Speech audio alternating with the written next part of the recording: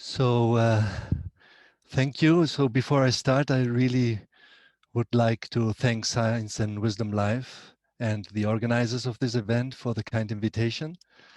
Uh, I'm very happy to be able to participate and contribute to these very interesting and important dialogues that you are running. So thank you very much. And for the talk of today, I have prepared a few slides that I would like to share with you so that I can start. So I don't know if they are visible now. Yes. Good. Yes, they are. Thank you.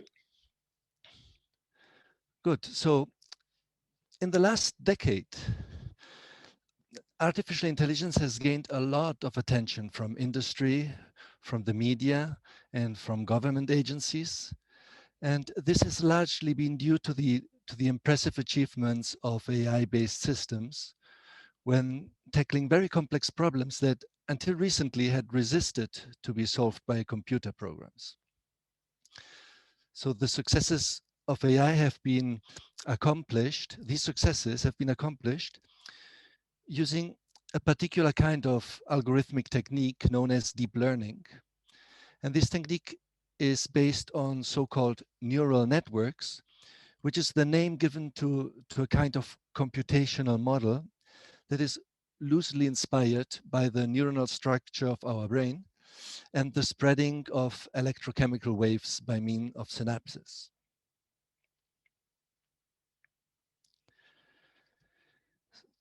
So neural networks are not new to the field of computer science. Their theoretical foundations go all the way back to the beginnings of artificial intelligence research itself in the mid-20th century. What has changed in the last decade, though, and which has led to the recent successes of the application of this technique, is the high speed and power of today's computing machines and the enormous amount of data available to train these algorithms for solving a particular problem or task.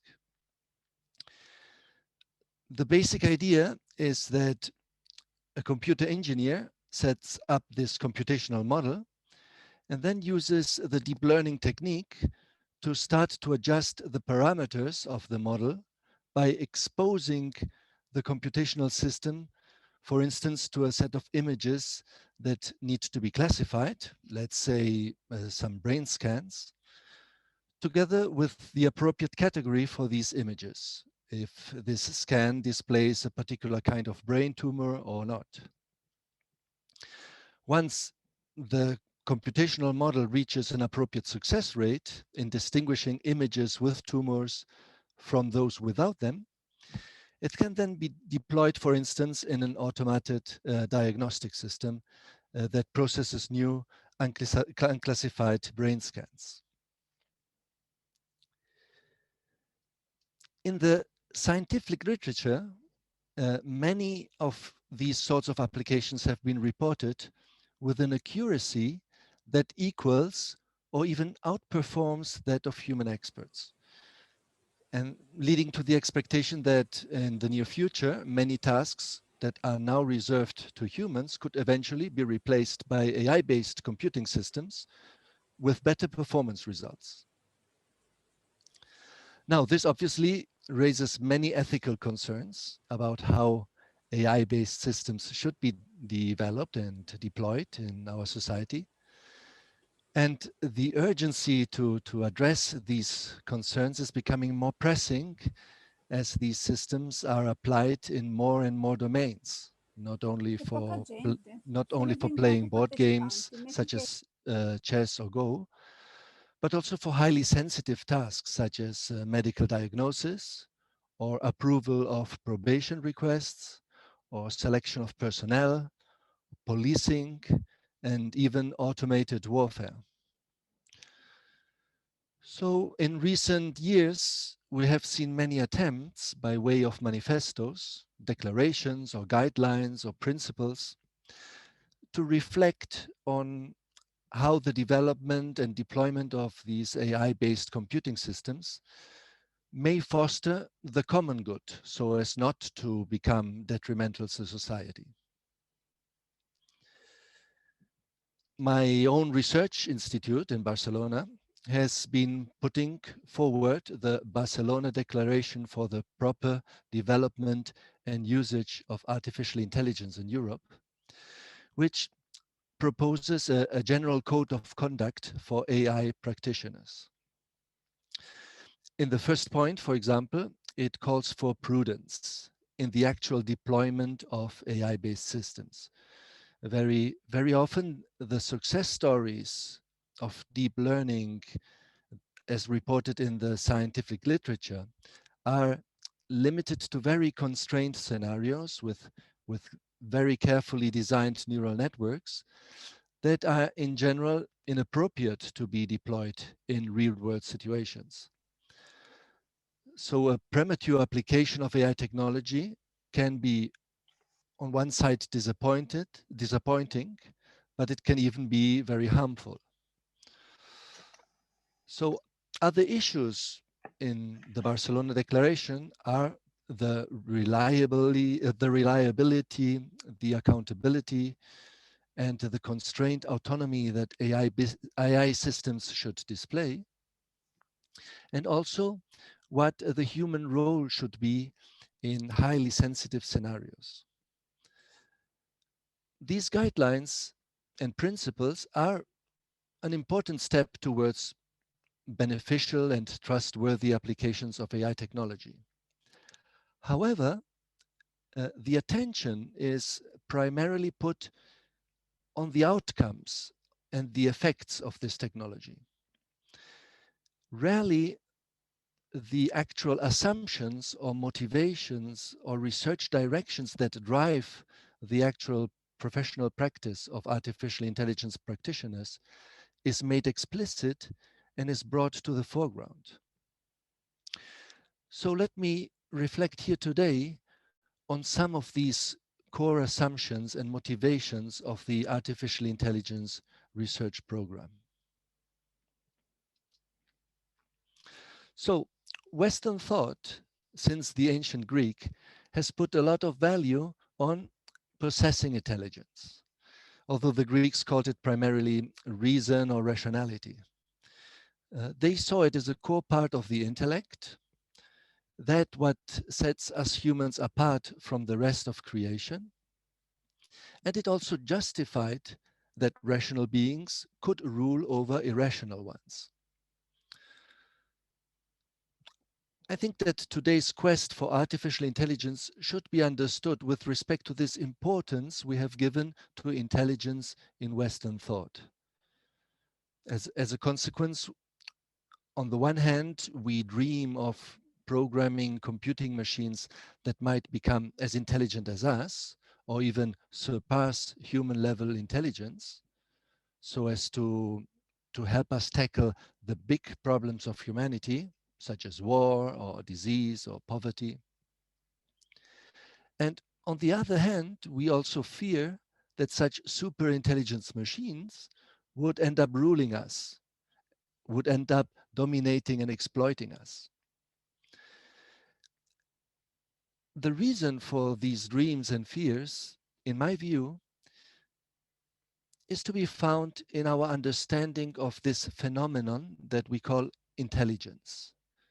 Today, many scholars advocate for a much broader understanding of this phenomenon, which goes beyond this narrow view of intelligence based on reason and rationality alone.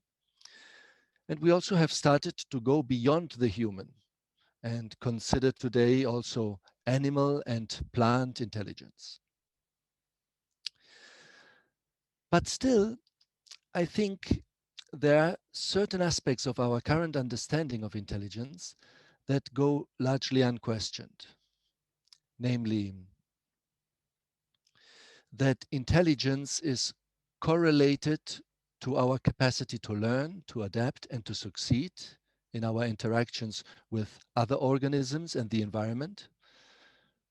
So that intelligence is observable, so that we can see if someone is acting intelligent or not.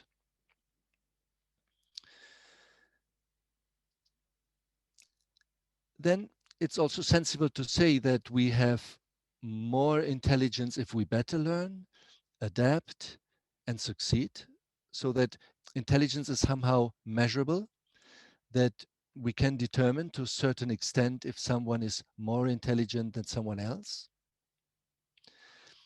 And then that intelligence can be attributed to individual entities, to persons, to animals, to plants, that an intelligence is a property.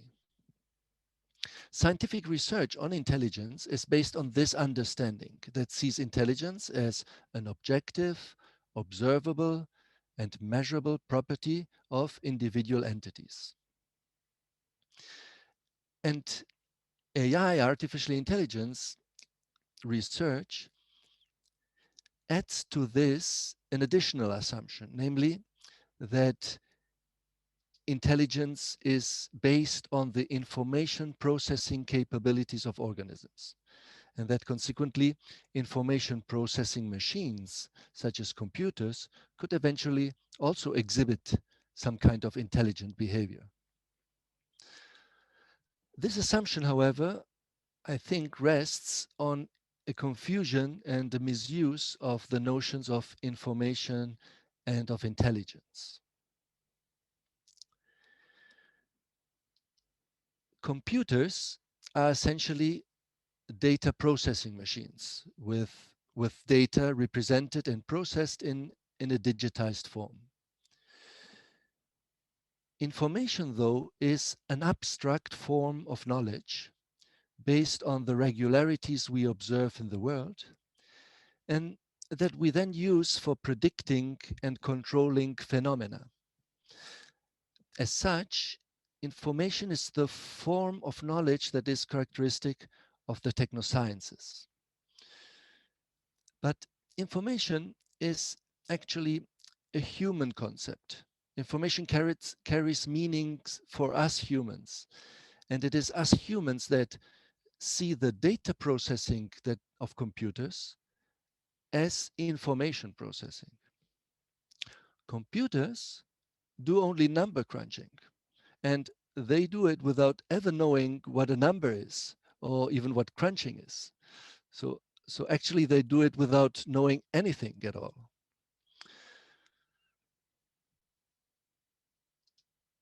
So intelligence as manifested in humans is thus not based on information processing only. Such an understanding of intelligence touches, in my view, only one aspect of this phenomenon, what we might call the functional dimension of intelligence.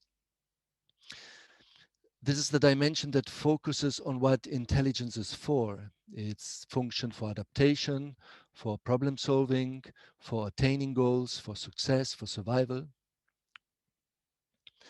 But in addition to this functional dimension, I think it is fair to say that there is also an important evaluative dimension to intelligence, one which provides meaning and value to what we do. It connects us to the aesthetical dimension of life.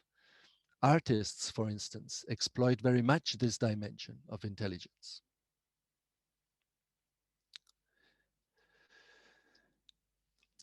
Knowledge then is an essential aspect of intelligence when taking into account both of its dimensions, the functional and the evaluative. So knowledge is not only descriptive, which would be its informational content, it is fully charged with sense, with emotions, and with values. I, I may have the information about what a certain disease, such as cancer, does to a human body and how best to tackle it by means of drugs and therapies. But it is an entirely different issue to know how cancer is affecting my body or that of a loved one, and to know what it means to suffer this disease.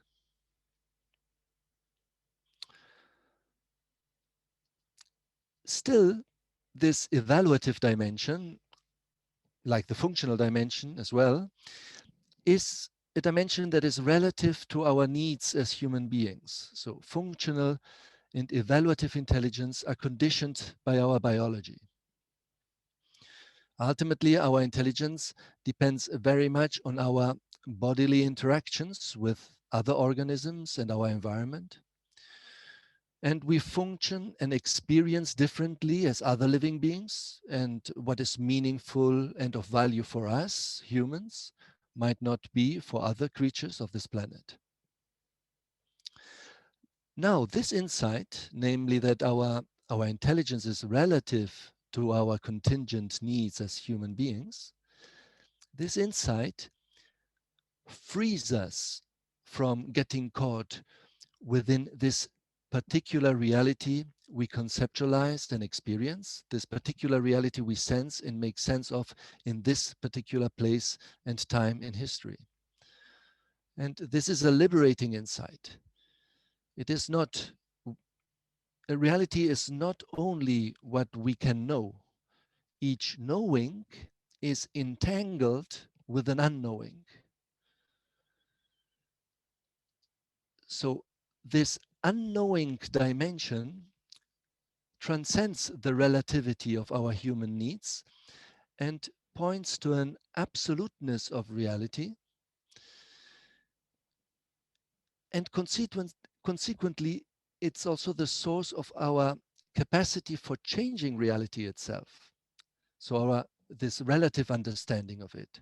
So so as to respond creatively to it,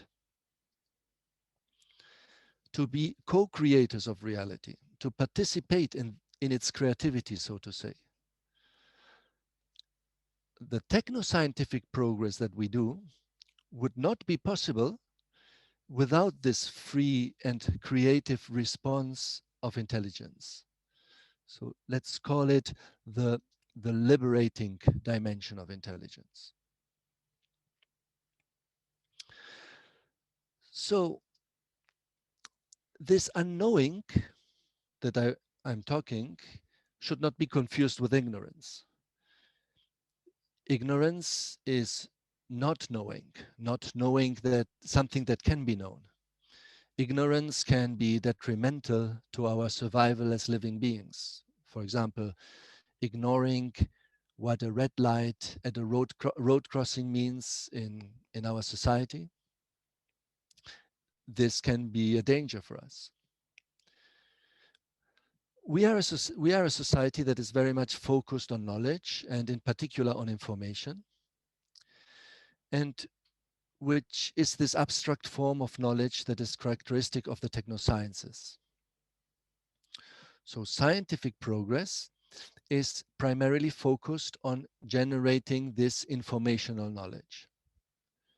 For instance, in the current COVID-19 pandemic, we have often heard about the importance to listen to science because ignorance causes deaths. And AI can be a wonderful tool in this information knowledge dimension.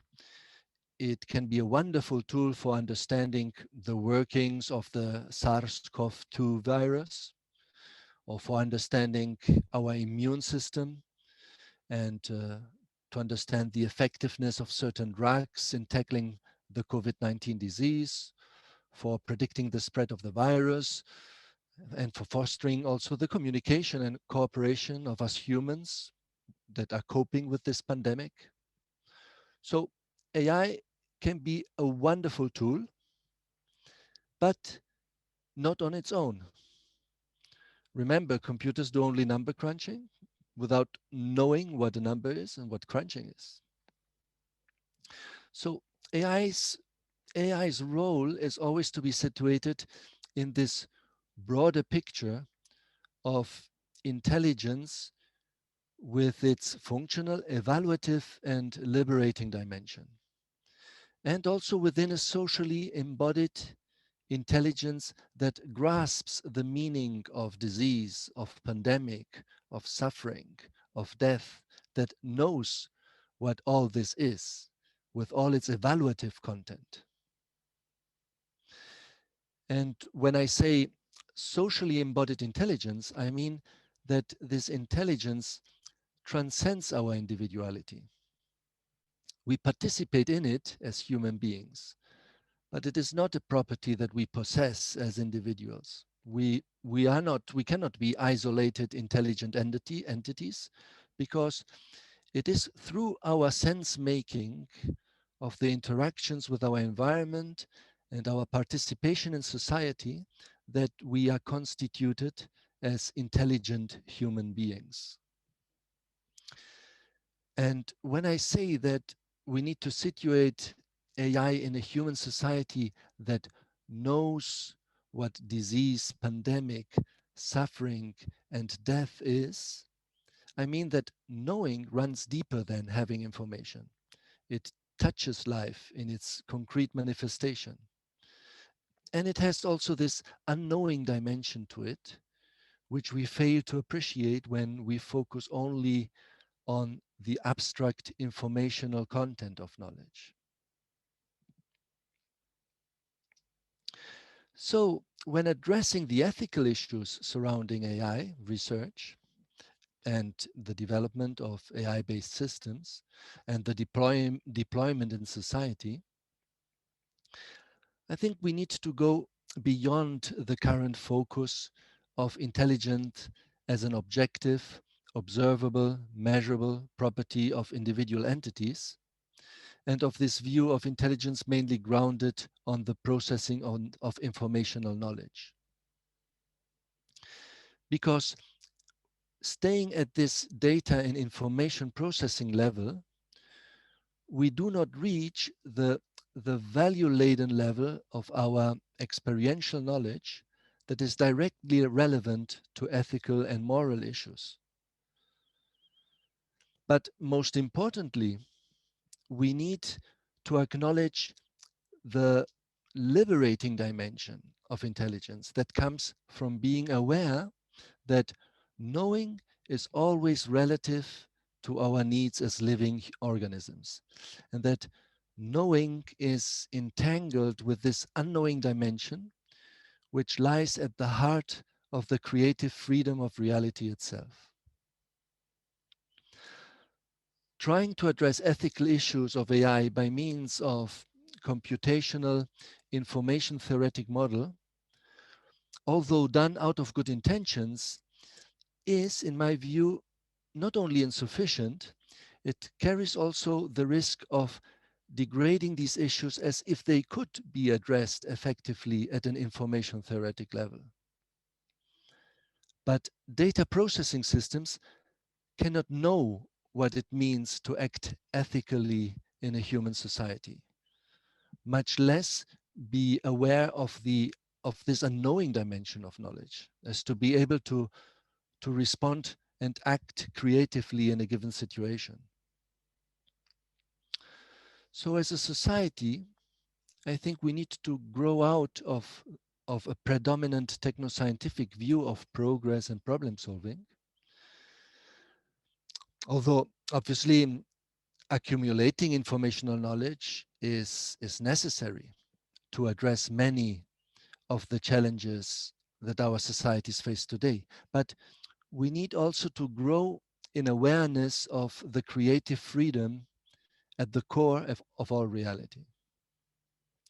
And here is why I think that cultivating contemplative, ego decentering practices such as silence, attention, meditation are of utmost importance for today's societies and should be a core aspect in education and also in higher education, because these practices exercise our detachment from the content of our knowledge, and they help us grow in the awareness of the unknown.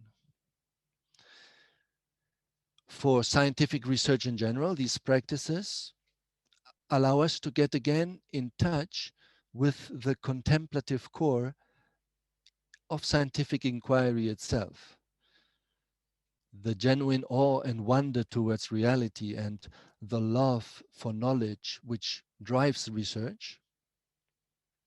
the silence and attention that leads to a deeper understanding of the phenomena under study, the sharing, trust, and respect that creates a transnational cooperative community of peers,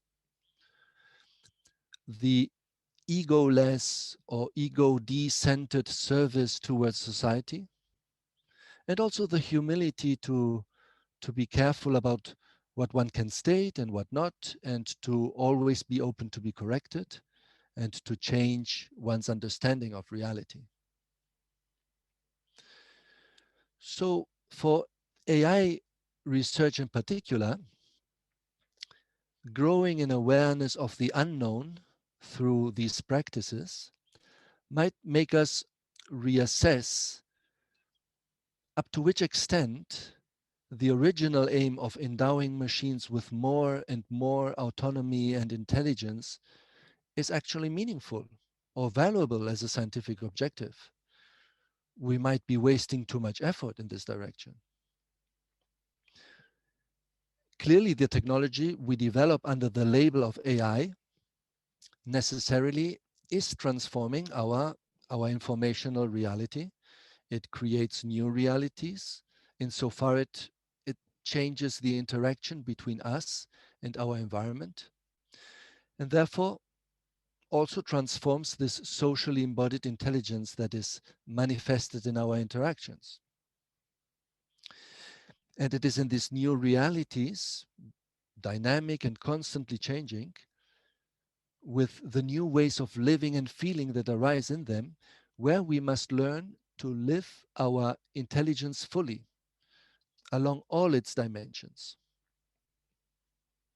Maybe we should orient our research in AI in a direction that promotes the creative freedom of human beings, of all other beings, of our environment, of reality itself. As of today, unfortunately, much of AI research seems to have fallen into the hands of a few big technological companies that follow mainly an economic rationale and so strengthen current power distributions and inequalities that limit our intelligence and threaten our creative freedom. Consequently, I think AI should put its focus on this joint collaboration of human and non-human entities and their interaction with the environment.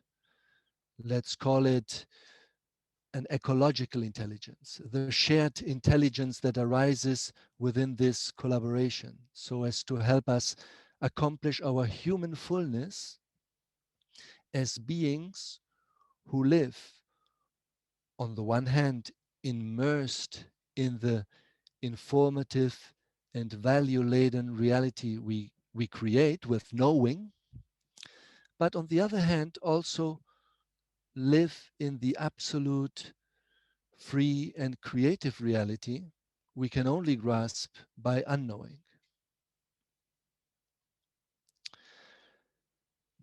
And here I conclude my talk today and I open the discussion to you. But before moving on, I would like to express my gratitude to my friend and former colleague, Jaume Agustí, with whom I had many interesting and inspiring conversations on the topic of this talk. And many of the ideas I have conveyed to you here today are actually his. So you might want to check also his webpage of what he explains about these issues.